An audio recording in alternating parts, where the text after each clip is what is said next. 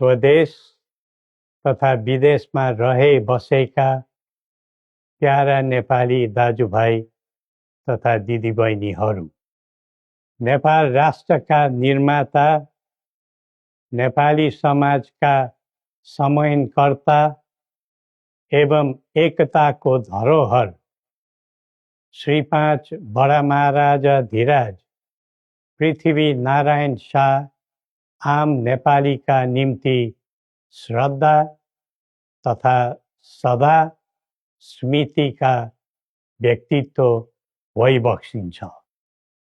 मौसुफको 304औं जन्म जयन्ती तथा राष्ट्रिय एकता दिवसका उपलक्ष्यमा हामी उहाँलाई नमन गर्दै श्रद्धा सुमन अर्पण गर्दछौँ। जस्तोसुकै शक्तिसँग पनि सङ्घर्ष गरेर राष्ट्र एकीकरणमा सबै जात, सबै धर्म र सबै क्षेत्रका नेपालीको सक्रिय, सबल र सफल नेतृत्व गरेको शाहवंशीय राज संस्थाको इतिहास सबैका सामु छर्लङ्ग छ। नेपाली जनताको खुसी र समृद्धिलाई नै आफ्नो रुचि ठान्ने शाहवंशीय परम्परा रहँदै आएको छ। बडा महाराज धीराजको मार्ग निर्देशनको परिधिमा रही हामीले नेपाली जनको एकता र वृद्धिमा जोड दिँदै आएका थियौँ र छौँ। तर कालान्तरमा कतैबाट उत्पन्न अवाञ्छित भ्रमको चपेटामा देश पर्यो। झन्डै 2 दशक अघि शान्ति ल्याउँछौँ र आर्थिक प्रगतितर्फ देशलाई लैजान्छौँ र स्थायित्व दिन्छौँ भनेर सत्तामा पुगेका दलहरूको चाहना अनुसार हामीले श्री पेच र राजदण्ड जनताको नासो जनताकै सुरक्षित संरक्षणमा बुझाइ सहयोगी नियतका साथ राजकाजबाट बाहिरै रहेको सर्वविदितै छ। यो दायित्वबाट पलायन वा निषेधित राजनीतिका निम्ति कमजोरीको अनुमोदन थिएन, न त यो भावना आम जनतामा नै थियो। नारायणहिटी राजदरबारबाट हामी बाहिरिएको करिब 2 दशक बित्दा पनि देशले सामना गरिरहनु परेको सङ्कटले हामीलाई चिन्तित तुल्याएको छ। हिजो देश नबनेकोमा चिन्ता थियो, आज देश नै नबच्ने हो कि भन्ने निराशा पैदा भएको छ। बडा महाराज धीराजबाट 22 वर्षको युवा अवस्थामै सुरु गरिबक्सेको एकीकरणको सफलता पछि आधुनिक नेपाललाई 4 वर्ण 36 जातको साझा फुलबारीको रूपमा चित्रण गरिबक्सेको थियो।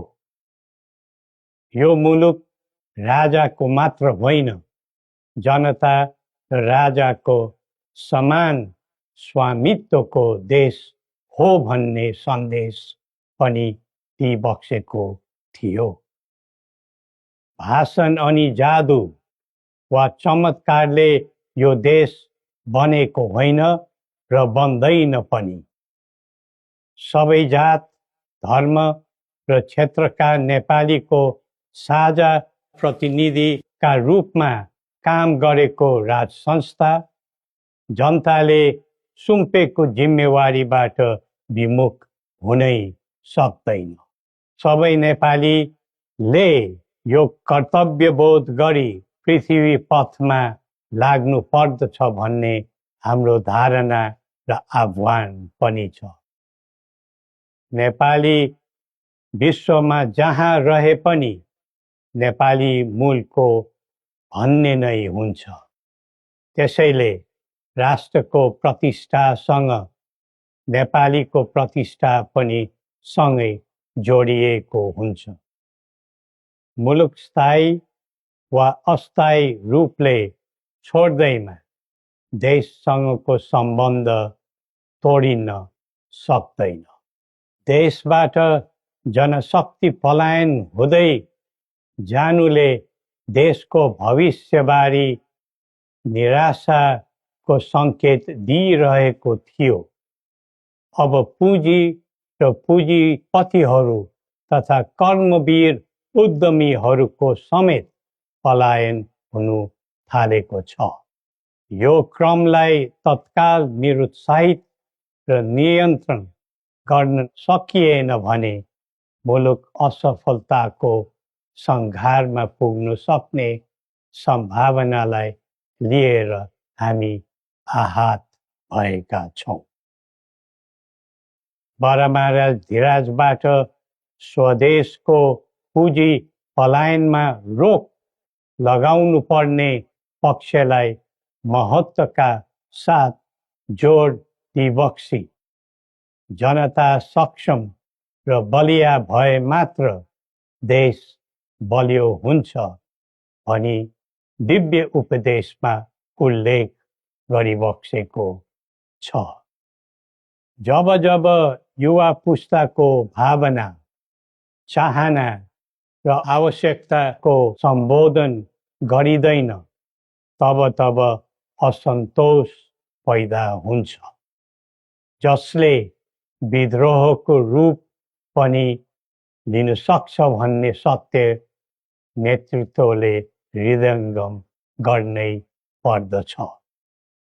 नेतृत्वले पटक पटक युवालाई प्रयोग मात्र गर्ने तर उनीहरूको आवश्यकता बुझेर काम नगर्ने प्रवृत्तिले युवामा असन्तोष जन्मेर देशमा जनधनको हानि भयो।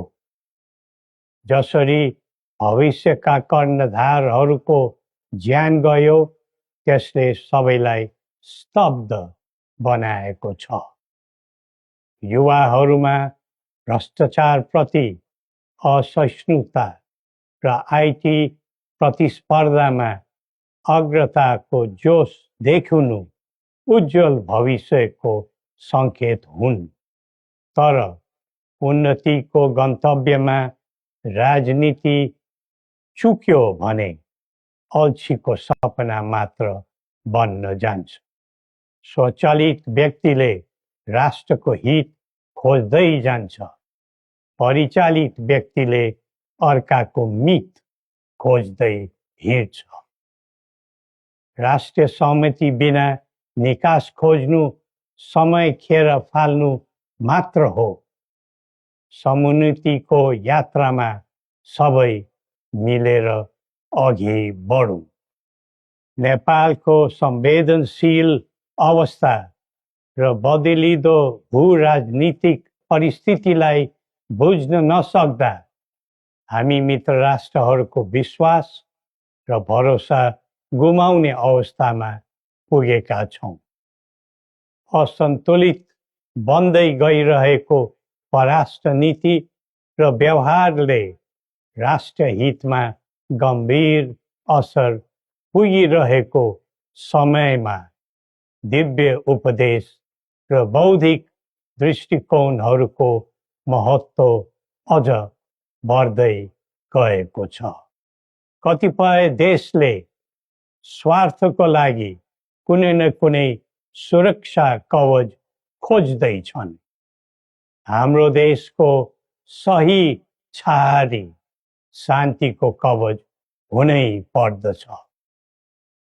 नेपाल निर्माणमा मार्गदर्शी र सेनापति बडा महाराजा धीराजको विरासत र वंशका प्रतिनिधिका रूपमा मेरो भूमिका स्पष्ट रहेको छ। पृथ्वी पथले वकालत गरेको राष्ट्रिय स्वतन्त्रता सबै तहका भ्रष्टाचारलाई दण्डनीय अपराध मान्ने र कसैप्रति घाह नराख्ने शान्ति क्षेत्र नेपाल नै हाम्रा अभिष्ट र माग चित्र हुन्। जनताको चाहनाबाट कझै निर्धारित हुनुपर्ने परिकल्पना पृथ्वी पथका मौलिक आकांक्षा हुन्। अन्तमा जनता र राजाले एकीकरण गरेर निर्माण गरेको नेपाल राष्ट्रको समग्र हितलाई आत्मसात गर्दै सबल राष्ट्र बनाउने महान कार्यमा सबैलाई जुटाउँ र नेपाललाई फेरि उठाउँ। श्री गोरखनाथले हामी सबैलाई सत् बुद्धि दिउन्। जय नेपाल।